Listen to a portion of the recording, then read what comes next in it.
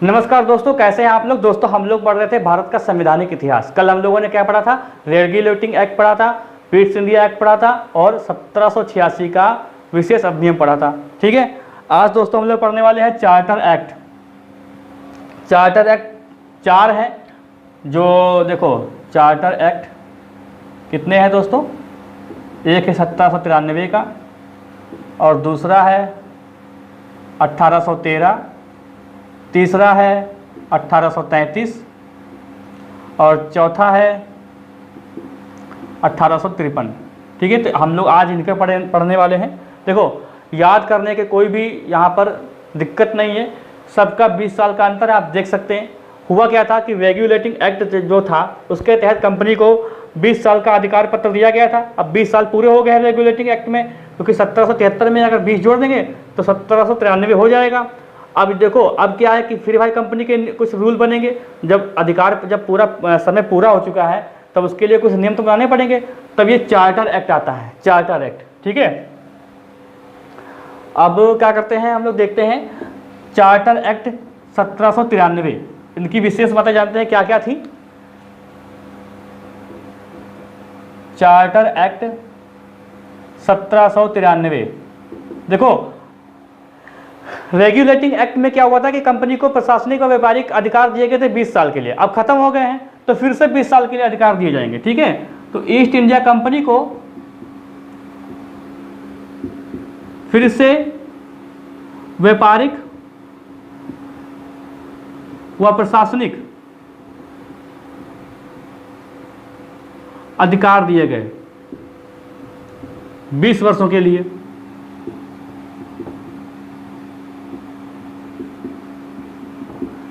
दूसरा पॉइंट दोस्तों क्या इंपॉर्टेंट है, दूसरा पॉइंट ये है कि जो वेतन है, जो वेतन अब भारत के राजस्व से ही दिया जाएगा। ठीक है, वेतन भारत के राजस्व से।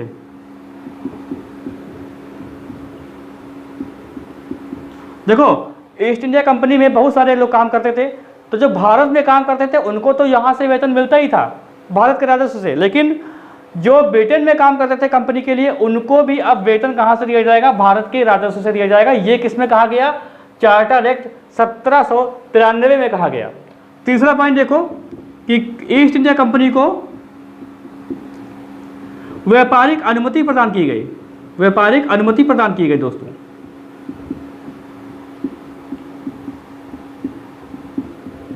कैसे प्रदान की गई, मतलब क्या है कि ईस्ट इंडिया कंपनी के पास ये अधिकार था कि वो किसको किसको व्यापार करने देगी, किसको व्यापार करने नहीं देगी।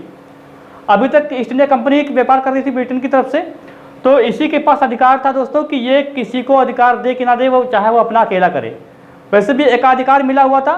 ठीक है, तो इसको अब पूर्ण रूप से अनुमति प्रदान कर दी गई कि हाँ भैया आपके पास अधिकार है, आप जैसा चाहे वैसा करें। ठीक है, तो ये सारी चीज़ें हुई।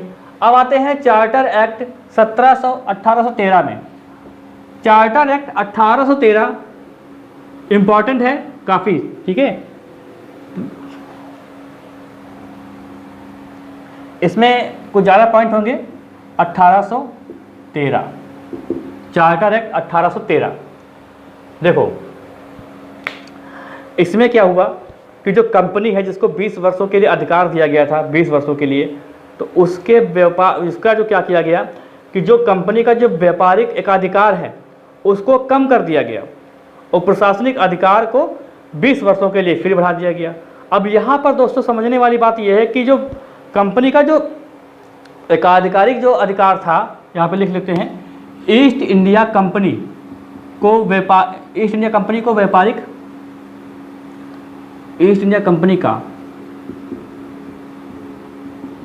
व्यापारिक एकाधिकार को कम करके, व्यापारिक अधिकार को कम करके प्रशासनिक अधिकार को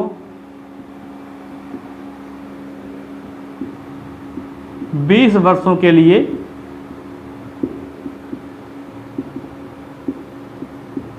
बढ़ाया गया। ठीक है, 20 वर्षों के लिए दोस्तों इसको क्या किया गया, बढ़ाया गया। तो अब यहां पर ये समस्या क्या थी कि एकाधिकार को कम करना पड़ा। देखो सारे रूल कौन बना रहा है, ये ब्रिटिश संसद बना रही है भारत के लिए, ठीक है। लागू कौन कर रहा है, ईस्ट इंडिया कंपनी लागू कर रही है। तो सारे नियम बना रही है ब्रिटिश संसद, ठीक है। अब यहाँ पर क्या हुआ है कि ईस्ट इंडिया कंपनी जो व्यापारिक अधिकार था, एकाधिकार है, उसको कम कर दिया गया। कम दोस्तों इसलिए कर दिया गया क्योंकि यहाँ पर क्या चल रहा है 1813, ठीक है। तो औद्योगिक क्रांति हो चुकी है इंग्लैंड में, औद्योगिक क्रांति हो चुकी है, वहाँ पर उत्पादन बहुत हो रहा है, मशीनों का प्रयोग होने लगा है। जहाँ पर पहले कोई एक बिस्किट का पैकेट एक दिन में 100 होते थे, अब 1000 हो रहे हैं। तो क्या हो रहा है कि माल बेच नहीं पा रहे हैं, वो बहुत ज़्यादा माल बन रहा है, औद्योगिक क्रांति हुई पड़ी है। बड़े बड़े कंपनियों के जो डायरेक्टर थे, मालिक थे, वो ब्रिटिश संसद पर दबाव बना रहे हैं कि भैया हमें भी तो इंडिया जाने दो, हमको भी तो पैसा कमाने दो। तो एक की बात नहीं थी, बहुत सारी कंपनी के मालिक ब्रिटिश संसद पर दबाव बना रहे थे कि भैया हमको भी जाने दो, हमें भी तो व्यापार करने दो, वहाँ पर हमको भी तो कुछ लाभ कमाने दो, हम इतना माल कहाँ बेचें। और देखिए भारत हमेशा जो है एक हब रहा हुआ है बिजनेस के तौर पर, सबकी निगाह भारत पे रहती है क्योंकि जनसंख्या बहुत ज़्यादा है। तो ये इतना दबाव बनाया गया एकाधिकार, तो भैया क्या हुआ कि ईस्ट इंडिया कंपनी का जो व्यापारिक अधिकार था उसको ख़त्म नहीं किया ब्रिटिश संसद ने, उसके अधिकार को कम कर दिया गया, उसके अधिकार को कम कर दिया गया। अब हुआ क्या कि देखो ऐसा हुआ क्या, अगर बात करते हैं इसकी, तो एकाधिकार जो दिया गया वो एकाधिकार रहा कि ब्रिटिश जो ईस्ट इंडिया कंपनी है वो 3 चीज़ें कर सकती है, वो अकेले, वो किसी को अधिकार नहीं मिलेगा। वो क्या कर सकती है, जैसे चीन के साथ व्यापार, चीन के साथ व्यापार कर सकती है, ठीक है।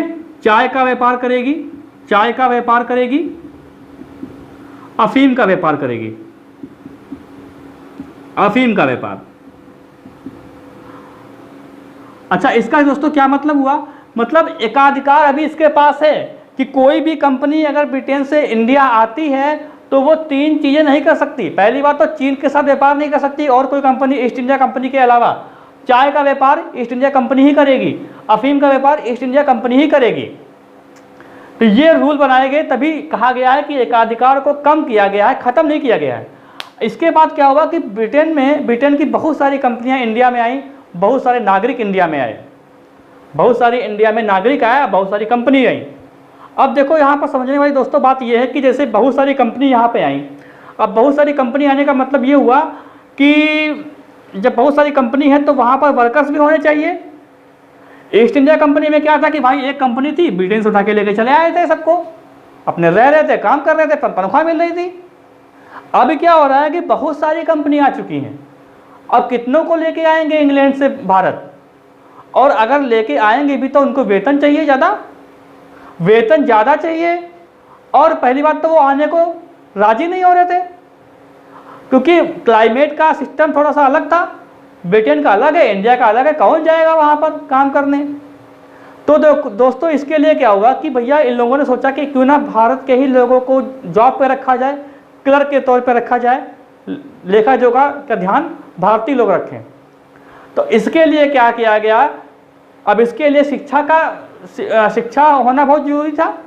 तो शिक्षा के लिए अब यहाँ पर दूसरा दोस्तों पॉइंट ये बनता है कि शिक्षा के लिए पहली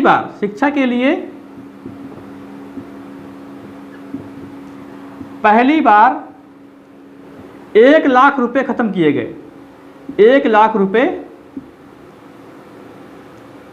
लगाए गए। 1 लाख रुपए बहुत होता था तब के समय में, ठीक है। अच्छा जब रेगुलेटिंग एक्ट बना था तब वहाँ पर मैंने बताया कि क्यों बना था, फिर भ्रष्टाचार हो गया था, तो इतनी कंपनी घाटे में हो गई थी कि 1 लाख या 10 लाख के पाउंड के हिसाब से कर्जा लेना पड़ा था ब्रिटिश संसद से, ठीक है। तो यहाँ पर 1 लाख रुपए लगाए गए शिक्षा के लिए। शिक्षा के लिए विषय कौन कौन से जिसके लिए जोर दिया गया, वो विषय दोस्तों क्या थे, साहित्य और विज्ञान, साहित्य और विज्ञान ये विषय थे। तो शिक्षा के लिए पहली बार 1 लाख रुपए लगाए गए किस चार्टर एक्ट के तहत, 1813 चार्टर एक्ट के तहत। अब इसको द्वितीय चार्टर एक्ट भी कह सकते हैं, लेकिन सन तो आपको याद ही रखना है, सन तो आपको याद ही रखना है, ठीक है। शिक्षा के लिए पहली बार 1 लाख रुपए लगाए गए, क्योंकि अब जब शिक्षित होंगे, भारतीय लोग शिक्षित होंगे, तो उन्हीं को काम पे रखेंगे और कम वेतन देंगे। ठीक है, यहां तक आपको बात समझ में आई। अब पहली बार यहां पर एक चीज और देखो, दूसरा तीसरा पॉइंट, पहली बार ईसाई मिशनरी को भारत आने की अनुमति दी गई। ठीक है, ईसाई मिशनरी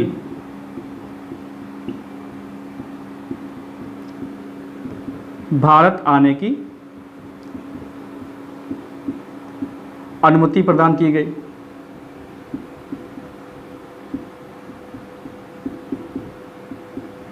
ठीक है,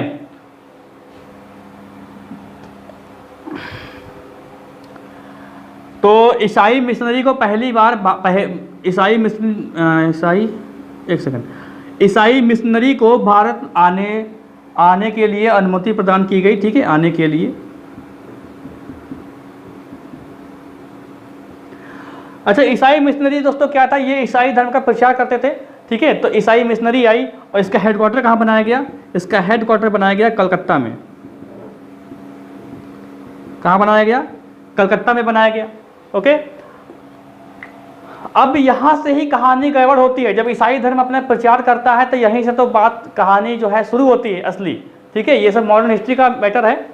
तो जब ईसाई मिशनरी आई पहली बार और धर्म प्रचार शुरू किया, और इसका हेडक्वार्टर कहाँ बनाया गया? कलकत्ता में इसका हेडक्वार्टर बनाया गया। इसका स्क्रीनशॉट ले लो, आगे चलते हैं। चलो आगे चलते हैं भाई। अब हम लोग देखते हैं 1833 का चार्टर अधिनियम। इसको रफ करूं मैं, 1833 का चार्टर अधिनियम।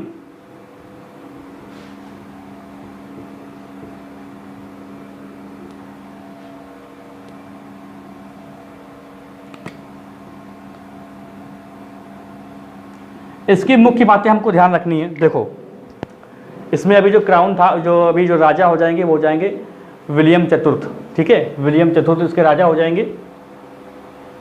और चलो लिख लो सर, राजा इंग्लैंड में राजा कौन है? विलियम चतुर्थ। अभी तक कौन से? विलियम चतुर्थ। जॉन तृतीय राजा थे। ठीक है, विलियम चतुर्थ जो है इस समय राजा हैं। और जो बंगाल का गवर्नर जनरल है, यहाँ पर देख लो, बंगाल का गवर्नर जनरल, बंगाल का गवर्नर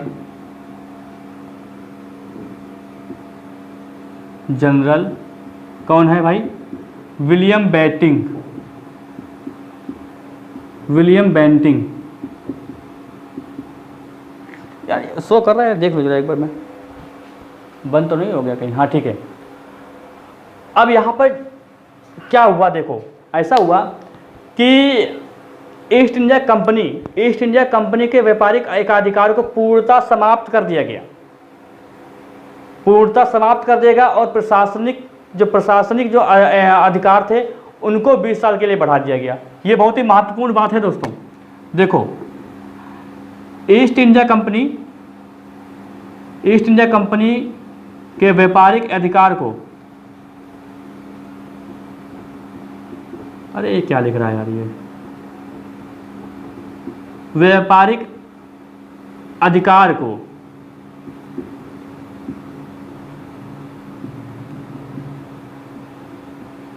पूर्णतः समाप्त,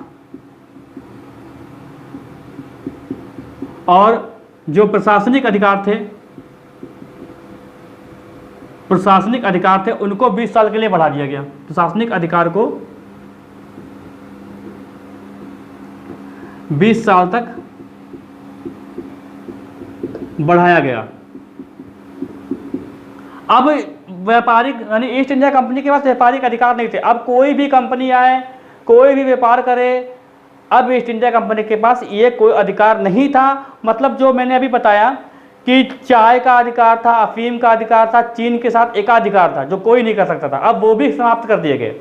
अब उसको भी हटा दिया गया। अब भैया कुछ भी हो सकता है, कोई भी आके कोई बिजनेस करे, ईस्ट इंडिया कंपनी उसमें कुछ नहीं कह सकती है।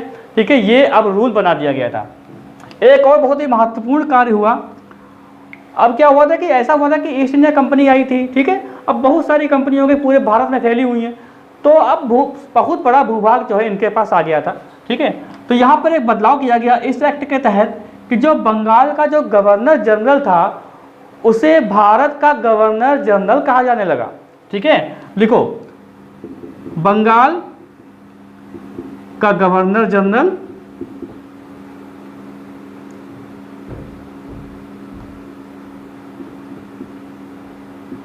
को भारत का गवर्नर जनरल कहा जाने लगा।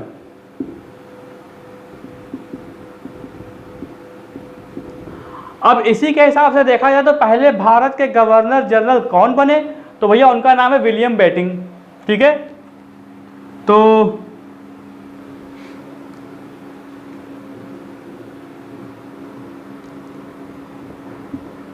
पहला GGI governor general of India, ठीक है, कौन बना? William Bentinck. William Bentinck. अच्छा, लॉर्ड विलियम बेटिंग आपने देखा होगा, हर गवर्नर जनरल के आगे लॉर्ड लगा होता था। तो लॉर्ड उनके नाम में नहीं था, उनको बोलते थे लॉर्ड, क्योंकि भाई बहुत बड़े अधिकारी होते थे तो लॉर्ड बोलते थे, लॉर्ड। तो आप इसको गलत मत समझिएगा कि लॉर्ड नहीं लगाया सर आपने, पूरा नाम नहीं लिखा। भैया विलियम बेटिंग ही लिखो, इतना सही है, ठीक है। इज्जत देने वाली बात नहीं है इनको, कोई बड़ा ही बेकार लोग थे ये सब। तो बंगाल का गवर्नर जनरल को भारत का गवर्नर जनरल कहा जाने लगा, और इसी हिसाब से पहला गवर्नर जनरल, भारत का पहला गवर्नर जनरल बना कौन? विलियम बेटिंग, ठीक है। फिर देखो तीसरा पॉइंट कि जो गवर्नर जनरल की जो परिषद थी, ठीक है, यानी GGI governor general of India, governor general of India की परिषद में 4 सदस्यों को रखा गया।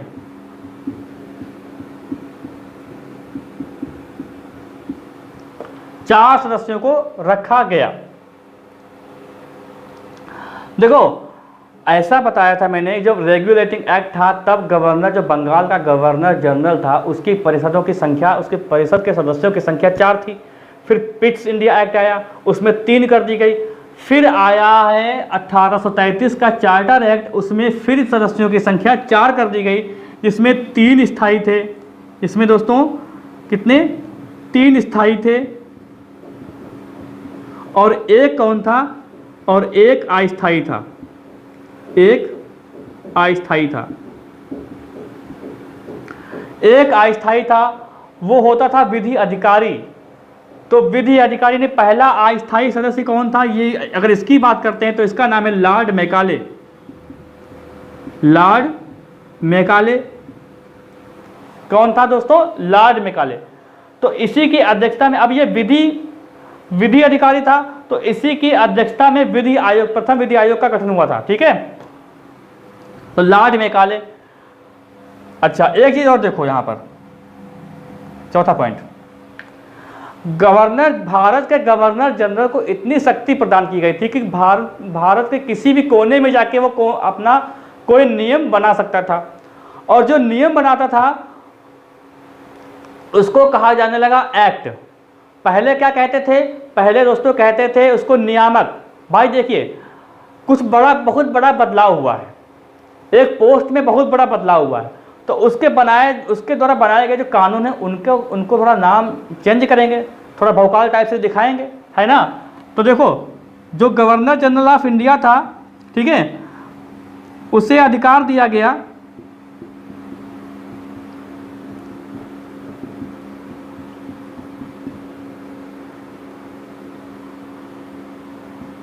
कि भारत के किसी कोने में वो नियम बना सकता था,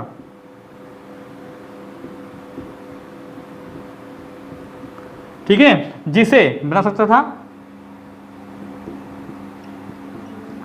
जिसे एक्ट कहा जाने लगा, एक्ट कहा जाने लगा।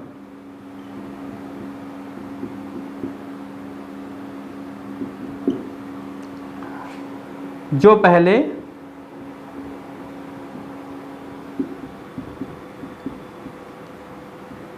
नियामक के नाम से जाना जाता था। ठीक है,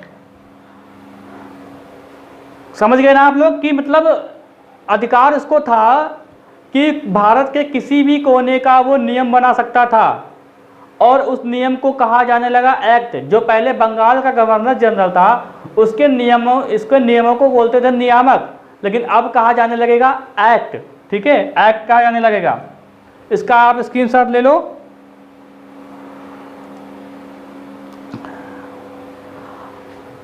अच्छा, इसी एक्ट के तहत क्या हुआ था, इसी एक्ट के तहत जो है दास प्रथा का अंत भी किया गया था। इसी एक्ट के तहत दोस्तों दास प्रथा का अंत भी किया गया था 1833 में। तो लिख लेते हैं यहां पर 5वां पॉइंट, दास प्रथा का अंत। जो विलियम बेंटिंक है दोस्तों, ये 1828 से 1835 तक था ये इसका काल। ठीक है, देखो दास प्रथा का जो दोस्तों जो अंत हुआ था वो कब हुआ था,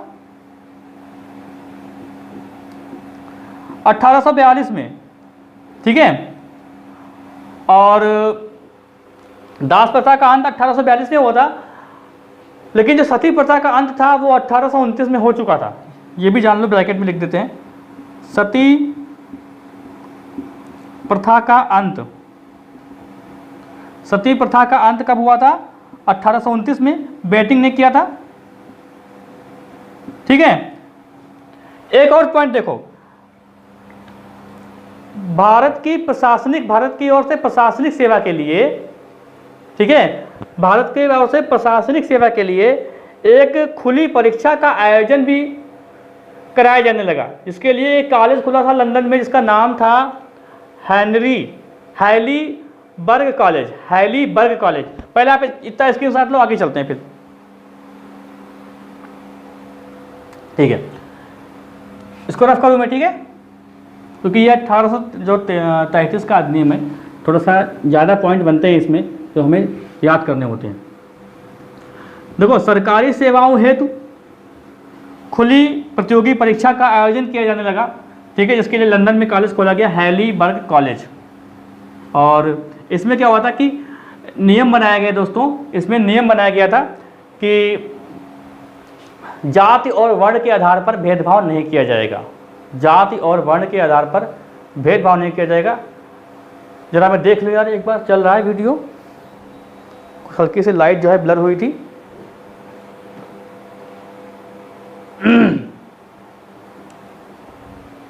ठीक है, हाँ, तो यहाँ पर लिख लेते हैं दोस्तों, सरकारी सेवा चयन हेतु। ठीक है, देखो, सरकारी सेवा चयन हेतु क्या हुआ था कि खुली प्रतियोगी परीक्षा का आयोजन हेतु, खुली प्रतियोगी परीक्षा का आयोजन। यह आप मार्कर देख रहे होंगे, रेड है, लेकिन ये चलता ब्लैक है, क्योंकि इसकी जो इसका जो निब है ये बहुत बढ़िया है, डार्क, ये निकालता है तभी। और इसका ब्लैक मार्कर मुझे मिला नहीं, इस साइज़ वाला, तो क्या किया मैंने, इसमें जो रिफिल होती है ना इसकी, जो उसको निकाल जैसे ब्लैक इंक डाल दिया, तो उससे काम चल रहा है। ठीक है, और लंदन में कॉलेज खोला गया था, लंदन में हैलीबर्ग कॉलेज खोला गया इसके लिए। ठीक है, इसके लिए क्या खोला गया, हैली कॉलेज खोला गया। लंदन में क्या खोला गया, हैलीबर्ग कॉलेज खोला गया। और क्या हुआ था, हाँ, जाति व वर्ण के आधार पर भेदभाव नहीं होगा भैया, इसमें आधार पर भेदभाव नहीं होगा। लेकिन क्या हुआ था कि विरोध के कारण, बहुत विरोध हुआ था इसका, तो ये जो है इसको फिर क्या कह सकते हैं, इसको रद्द करना पड़ा था। और ये धारा 87 धारा 87 ये वो जरूरी है, धारा 87 के अनुसार जाति व वर्ण के आधार पर भेदभाव नहीं। लेकिन क्या हुआ था कि ब्रिटिश जो इंडिया में बहुत सारी कंपनीज थी तो उन्होंने पता नहीं क्यों विरोध किया था, ठीक है, विरोध किया था तो ये नहीं हुआ था, जिससे अब हम लोग जान गए थे भारतीय कि हम लोग गुलाम हैं। अब हम लोग क्या है, गुलाम हैं। अब यहाँ पर देखो पहली बार क्या हुआ, पहली बार भारत को उपनिवेश कहा गया, उपनिवेश कहा गया। पहली बार भारत सरकार शब्द का प्रयोग हुआ, शब्द का प्रयोग हुआ।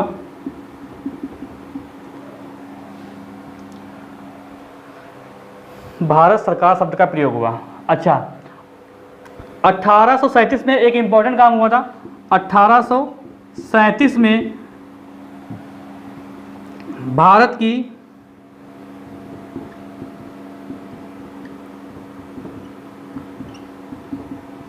आधिकारिक भाषा अंग्रेजी की गई, अंग्रेजी की गई। हुआ दोस्तों क्या था कि इससे पहले क्या था, इससे पहले फारसी भाषा थी आधिकारिक भाषा भारत की, मुगलों के द्वारा बनाई गई थी। 1837 में भारत की आधिकारिक भाषा को अंग्रेजी कर दिया गया था। ठीक है, आप इसका स्क्रीनशॉट लो इतना। और अच्छा, अब क्या हुआ था कि ईस्ट इंडिया कंपनी जो थी वो अब प्रशासनिक इकाई बन के रह गई थी। अब ईस्ट इंडिया कंपनी एक प्रशासनिक इकाई बन के रह गई थी और इसमें अंग्रेजों को मुफ्त आवास भी दिया गया था इस एक्ट के तहत, तो मुफ्त आवास भी मिले थे भारत के अंदर। ठीक है, तो दोस्तों आज हम लोग यही तक रखते हैं, इसके आगे हम लोग कल देखेंगे। ठीक है, यहाँ तक अगर आपको बात कोई समझ में नहीं आई है तो आप लोग कमेंट कर सकते हैं, मैं उसका रिप्लाई करूँगा तुरंत, और समझाने वाली बात होगी तो उसका नेक्स्ट वीडियो में हम लोग डिस्कस कर लेंगे।